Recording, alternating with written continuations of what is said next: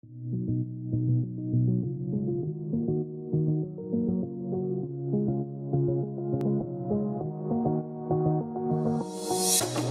pour ceux qui me connaissent pas, je vais peut-être me présenter d'abord. Je m'appelle donc Cathy Vigouin, je suis chargée d'études donc sur le cerf France-Garonne et Tarn depuis un certain nombre d'années. Aujourd'hui, je vais vous présenter les données pour le Tarn.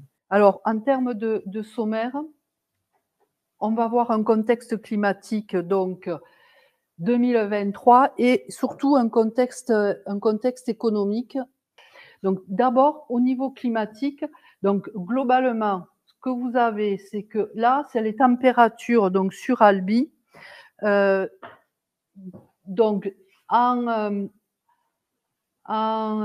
les températures maximales sont en rouge, les minimales sont en bleu et puis les moyennes sont en vert. Ce qu'on peut dire par rapport à une période de 1981 à 2010, donc ça fait quelques années, si on compare les températures moyennes qu'on avait sur cette période-là et celles qu'on a eues sur 2022, on a en moyenne 1,4 degré de plus sur l'année 2023. Je dis 22, sur 23, excusez-moi. En température maximale, 2 degrés de plus, qui commence à être quand même très conséquent. Et en mini 1,4 et en moyenne 1,7. Donc pour dire qu'on a un changement climatique qui s'opère et une hausse des températures qui ont, je dirais, des répercussions plus ou moins favorables suivant les productions, et on le verra tout à l'heure au fur et à mesure, suivant les productions, ce que ça a pu avoir comme impact.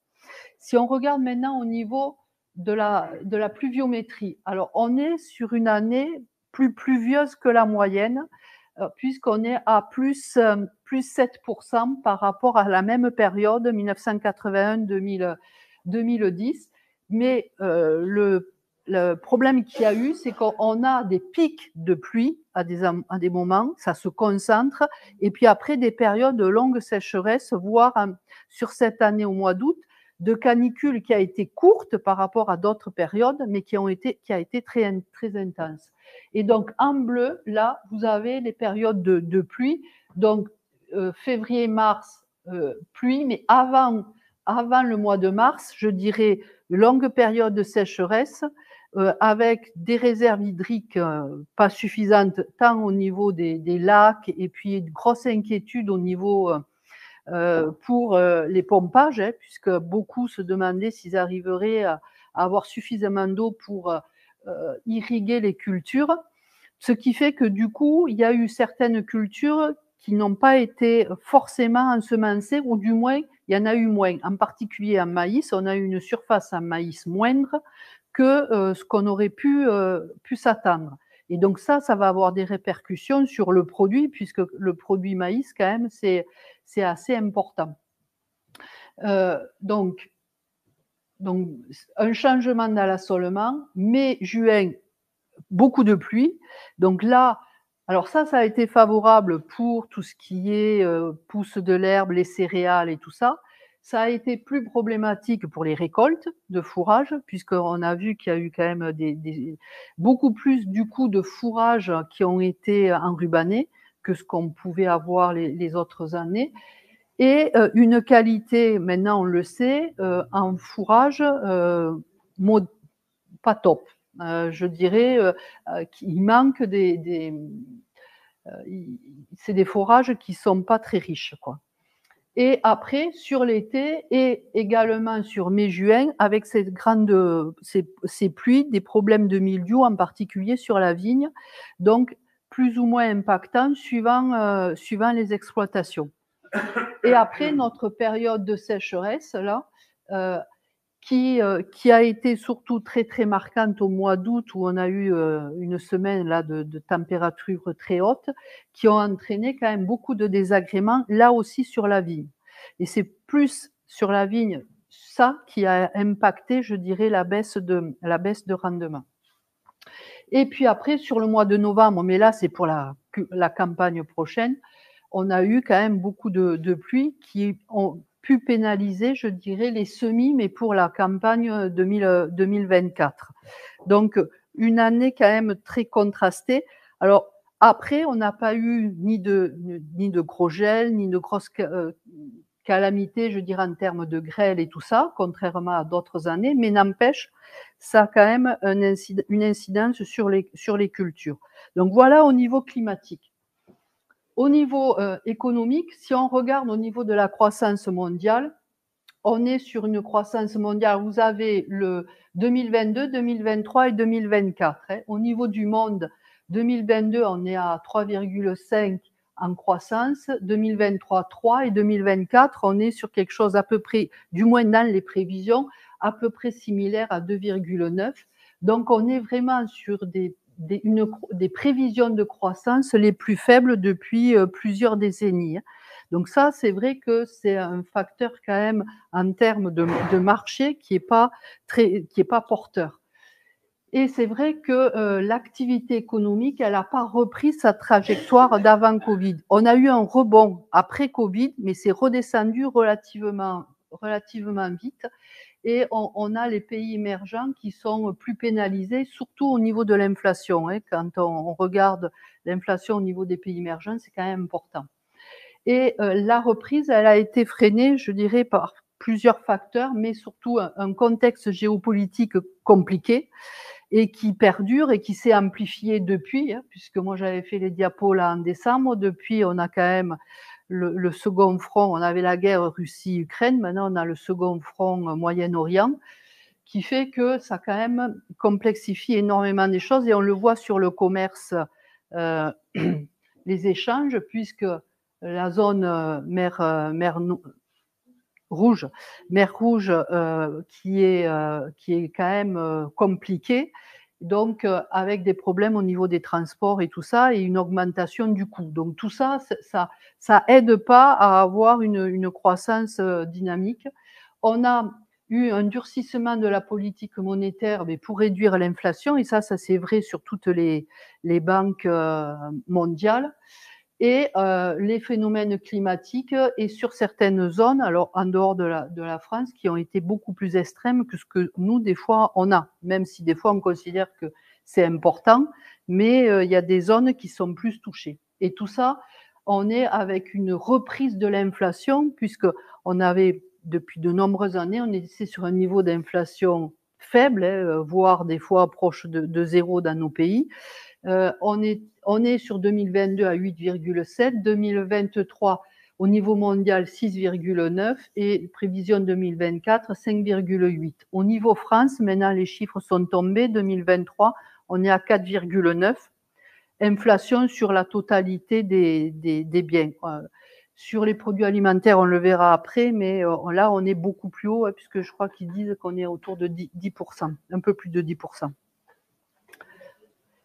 Donc là, si on regarde au niveau de l'inflation, donc on est sur une inflation au niveau alimentaire la plus élevée depuis ces 30 dernières années. Donc on a vraiment eu un rebond important.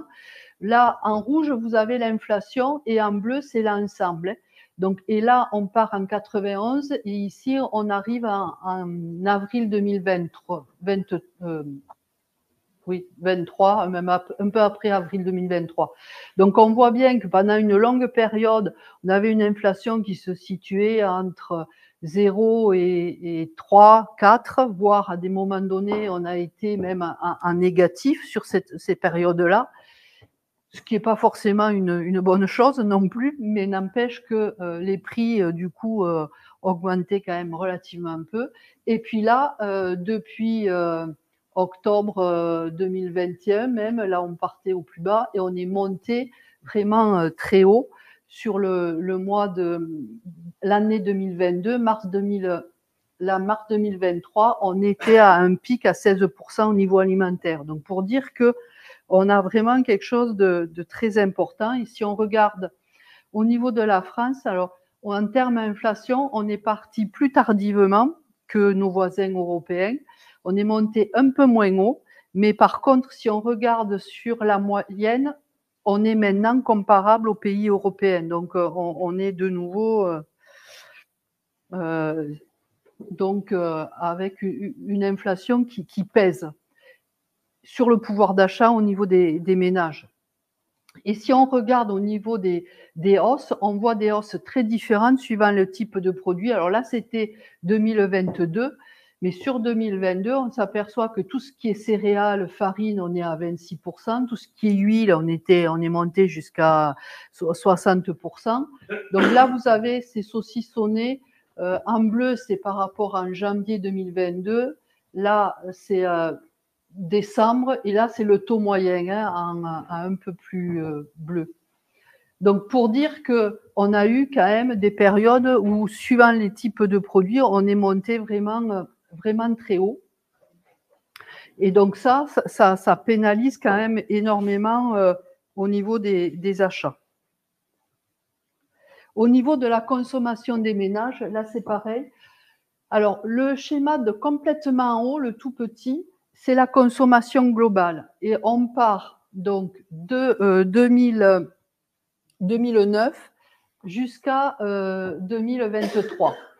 Par rapport à ça, on s'aperçoit, et donc là c'est 1 milliard d'euros, hein, c'est pas voilà, c'est 1 euro.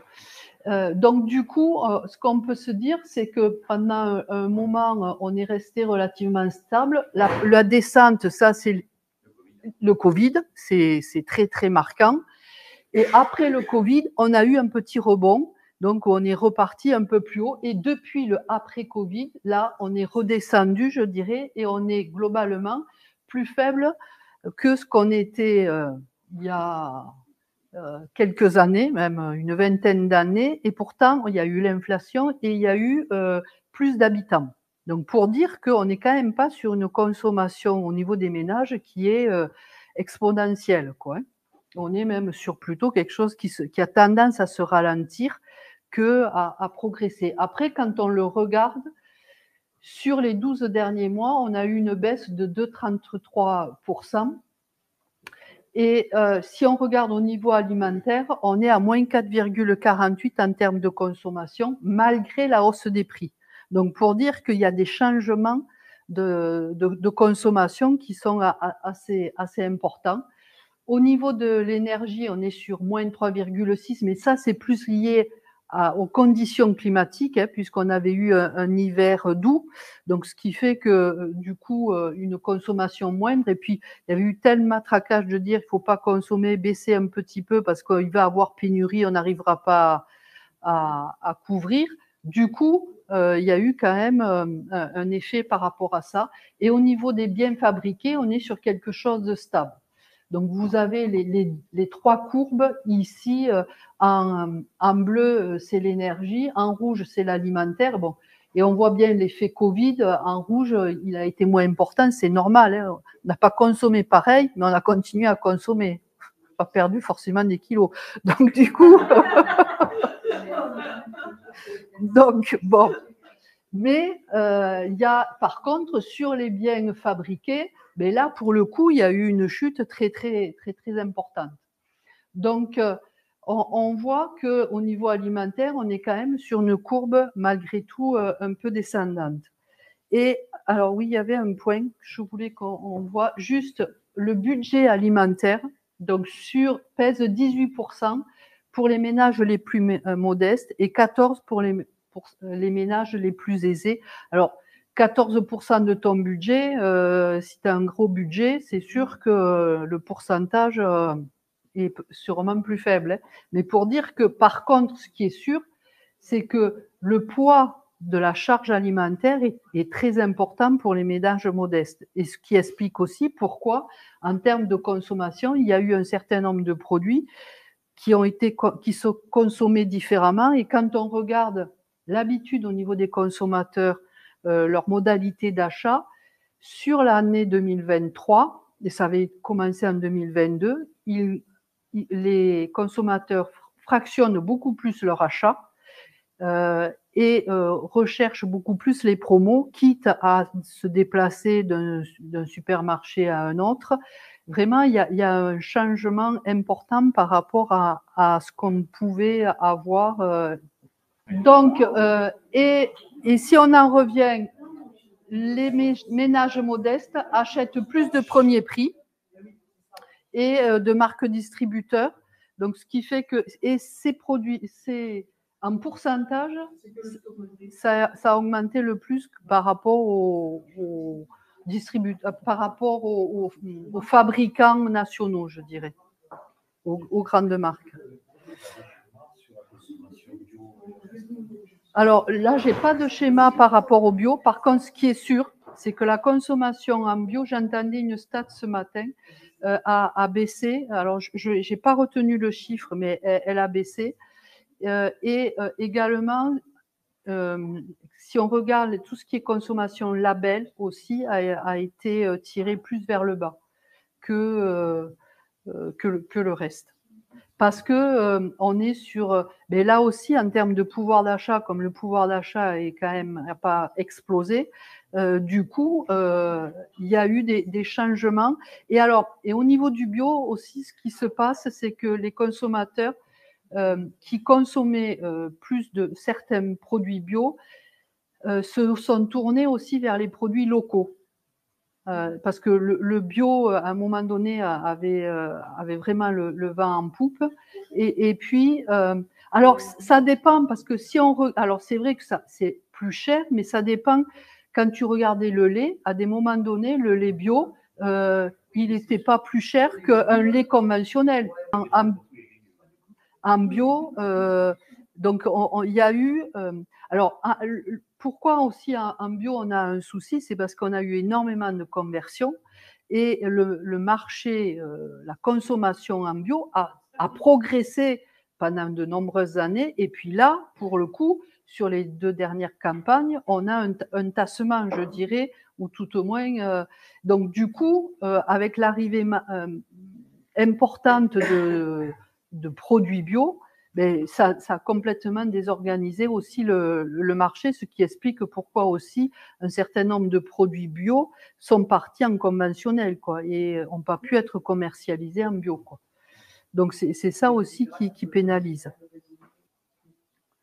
Là, il y a la consommation des biens fabriqués, donc qui sont compartimentés en équipement de logement, en bleu, en vert, c'est l'habillement, en rouge, le matériel de transport, et puis les autres biens fabriqués. Ce qu'on peut s'apercevoir sur cette même période, c'est que les équipements de logement ont nettement progressé depuis de nombreuses années, puisque c'est lui qui était le plus bas et qui a progressé le plus fort, et qui baisse un petit peu sur les 2 dernières années, mais qui quand même se maintient.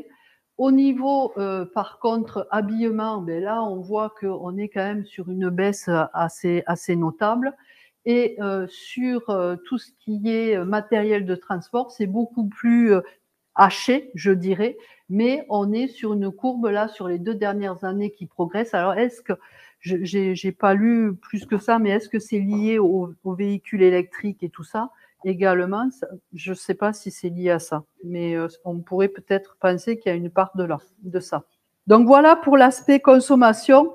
Mais je m'y suis un petit peu attardée parce que ça me semble important aussi qu'on ait un regard un petit peu par rapport à ça. Après, au niveau des prix des appros, là, vous avez le prix du baril qui, même s'il a diminué, reste encore élevé en termes de prix moyen. Si on regarde sur la campagne 2022, le coût du carburant pour un céréalier irriguant, il a progressé de 45 € à l'hectare, ce qui fait 48%. Donc, c'est quand même pas anodin en termes d'augmentation de coûts pour une exploitation céréalière. Si on regarde maintenant, alors j'ai pris au niveau des engrais l'exemple de l'urée, parce que ça me semblait assez intéressant. Vous avez donc sur les 4 courbes en rouge 2020, en vert 2023, en bleu 2021 et en ocre 2022. Donc on voit les fluctuations au niveau du coût de l'achat, et là c'est en dollars par tonne. Sur la période 2020, on était sur quelque chose, un coût relativement stable sur toute l'année. Par contre, sur 2021, là, on a eu une explosion, et cette courbe-là, ben, sur 2022, il restait très haut. Donc, suivant la période d'achat, je dirais, des engrais, ça va être plus ou moins impactant au niveau des exploitations.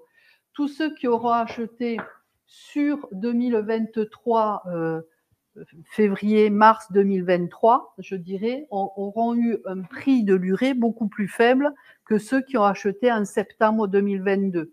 Et donc, sur les comptas, sur cet exercice-là, on va avoir des fluctuations quand même importantes que par rapport à la période. Et puis également, par contre, un certain nombre ont acheté, ont mis pratiquement le même budget et donc ont acheté moins d'engrais. Ça, c'est très net en bovin viande, par exemple, quand on le regarde. Bovin lait aussi.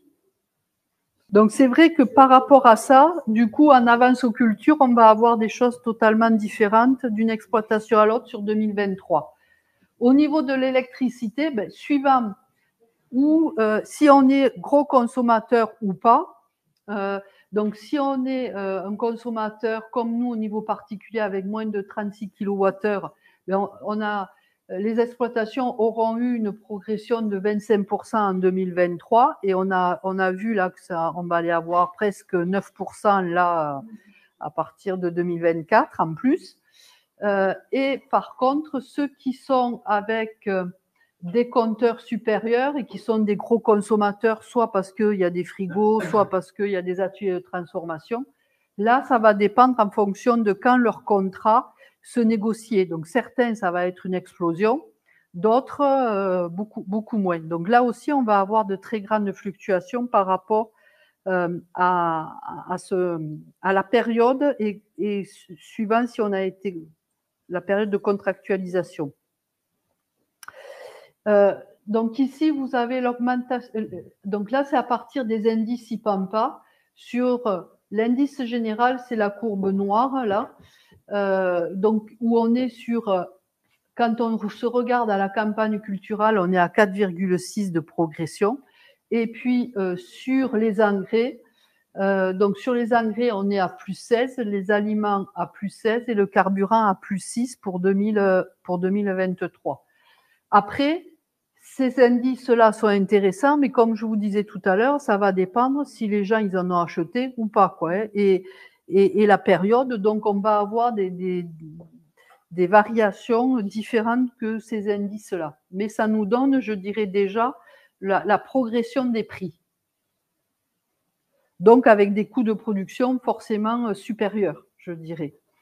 Si on reste à production constante, quoi. Si on regarde là, ces deux indices qui sont à croiser, donc l'IPAMPA qui est en bleu, donc l'IPAMPA, c'est ce que je vous ai montré tout à l'heure, c'est l'indice sur les appros, donc l'augmentation au niveau des appros.